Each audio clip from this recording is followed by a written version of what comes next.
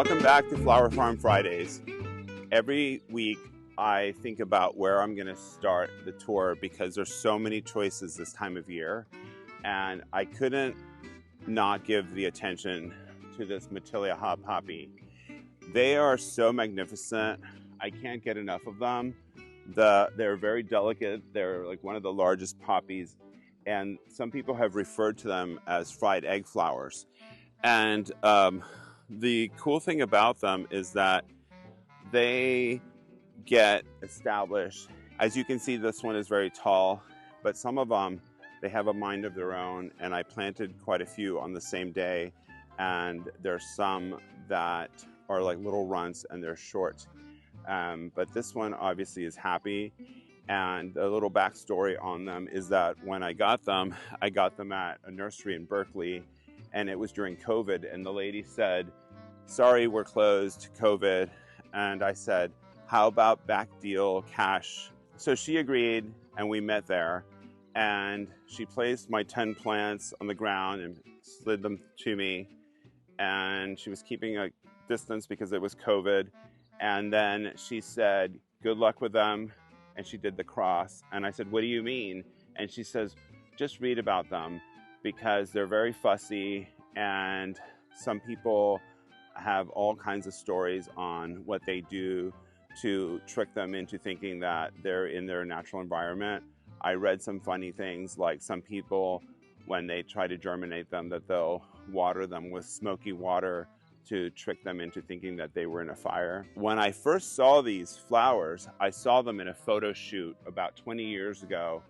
And the photo shoot was for a modern kitchen, and they had these in a giant vase, and they were hovering about a foot over my head. And I remember to this day that I was just mesmerized staring at these flowers in a vase all day long, because I've never seen anything so delicate, this size, and so magnificent. And so obviously they're in their glory. This is their time, and I had to show you guys. So as you can see, the bees are just going nuts with these flowers, and these flowers are so big. They're bigger than my hand. What I want to say about the bees is that I've come full circle.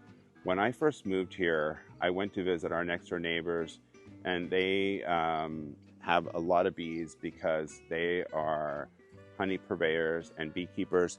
And so when we were in the meeting, there were thousands of bees flying around, and nobody was reacting except me. And I said, "Excuse me, can we step outside away from these bees?" And so they kind of got a chuckle, because nobody was affected by it but me. And here I am many years later, completely zen and just completely comfortable with bees. And I've come to understand that bees, they don't really just come out of the sky and sting us like a mosquito does, or we'd all be dead. They're more like they would sting you if you sat on them, if they get caught in your t-shirt, or if you're riding in a car or a motorcycle and they hit your face or your neck. But thank goodness they don't just come out of the sky and sting us, or it would be a whole other level of pain. But I have to say that I love the bees, especially because I know what they're doing. They're pollinating our gardens, and they're taking this pollen from flower to flower and pollinating them and making the plants better. And then our neighbors next door are making honey. So it's just all so exciting. It's such a beautiful day, and I just want to point out that I know when I'm listening to good advice from people. This really cool landscape architect, Michael Glassman, came here, and he walked through that door of our pool, and he said, "I would take down those sappy pine trees and replace them with these Flamethrower Red Buds." And that stuck with me for about 2 or 3 days. And on the third day, I grabbed a chainsaw and we dropped all the pine trees, and we replaced them with these beautiful flamethrowers. Look at how gorgeous they are. They have such a cool, unique color. And what I love about them is that they're giving us fall in the spring. And so we have them strategically placed in a couple parts of the property. And here they are, like, look at this, you know, every time I see these leaves, I think it's a heart. It's very cool. And so thank you, Michael Glassman, for giving us this great suggestion to plant these flamethrowers in here, because they have my attention.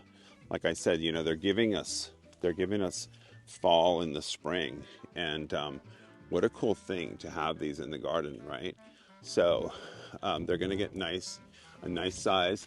They bloom just like regular red buds in the spring, so they have a beautiful pink color. And then I'm going to do a whole new planter in here with all these great plants. But here it is. This is Flamethrower Red Bud. This is what I mean about being out in nature and the things you get to see when you're outside, because this butterfly is so cool, just watching it eat, and just the, you know, being able to see these pollinators this close up and like really seeing what they're doing. Like, look at how she's like she's like going right in for the nectar of these flowers. It's so cool to watch it. I will say this, when I'm out here in nature and I'm looking at these plants, it just really puts me in a whole other space of calmness, and you know, just like I feel totally like feeling the love of nature and the magic of it. You know, the magic of what I'm witnessing right now as I'm speaking to you is just, sometimes it's overwhelming how interesting this is.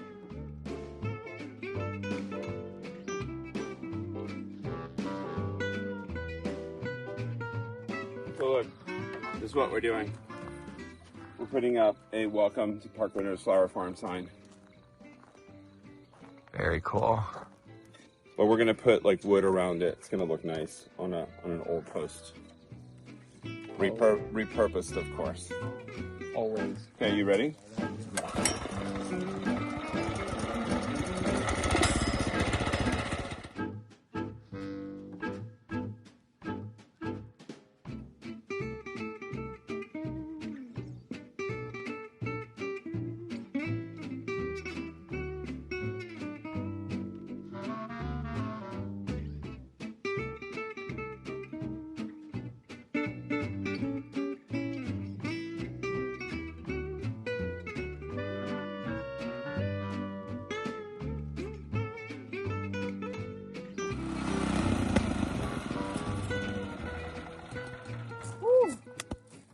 Good job, guys. These are Starflower scabiosa, and they have these really cool geodesic dome vibes, and they're kind of like hard and bristly, and they make great dried flowers. This patch just started on its own, and my theory is that somebody came back here and dropped these from a bouquet, and they started growing. They just germinated and started happening. So what I did is I took all these little dry pods and I put them in a row, and I planted them so that everybody can pick them for their own flower picking experience in our pick your own bouquet experience on the weekends. I'm gonna let them keep growing here so they just keep spreading, because they're awesome. They make me happy, and I'm going to show you what I did with them. I made a really beautiful flower arrangement, and take a close look and see how cool and unusual they are. They're Starflower scabiosa. When I talk about having lots of memories in the garden, this is definitely one of the corners of my garden that reminds me of my good friend Warren. Warren has taught me so much about gardening, and this man knows every plant and tree by genus and species name. He even knows a joke and a pun for them. He is so cool, and we always joke when we're talking and we say plants, plants, plants, plants, because it's really what we talk about. And you gardeners, you understand what I'm talking about. So this whole passiflora wall was given to me by my friend Warren, and I want to show you these flowers. They are so cosmic in the way that they look, and here's a close-up of it. You see that?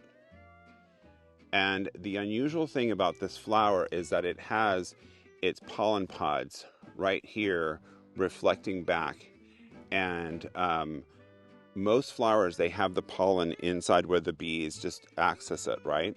And this one here has the pollen pods reflecting back, and the carpenter bee is the only bee large enough to pollinate them. So what the carpenter bee does is that it marches around in a circle, and it gets the yellow pollen on its back because it's swabbing it from flower to flower, and it's going from flower to flower, pollinating it.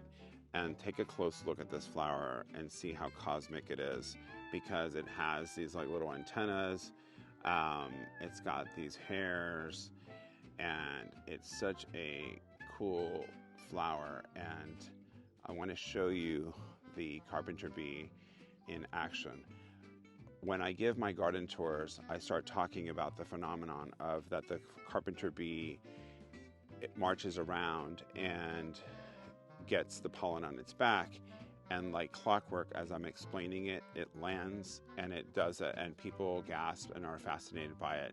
So let me show you how cool it is when they are in action. Here they are. This is such a rare sighting of this male valley carpenter bee, and this one has a golden color, and it is so cool and unusual. Usually they're these big black ones, and this one here is going around getting the pollen from these pollen pods around the edge of this passiflora flower, marching around, and then going flower to flower. But the unusual thing of this sighting is that this is a golden valley male carpenter bee, and you don't see them as often, so it's really cool to be able to share these with you. I hope you've enjoyed our garden tour today. Every Friday I'm going to be sharing with you what's happening in our gardens and showing you more of the magic of the unfolding of the seasons. And so I hope everyone is having a great day gardening or doing something creative.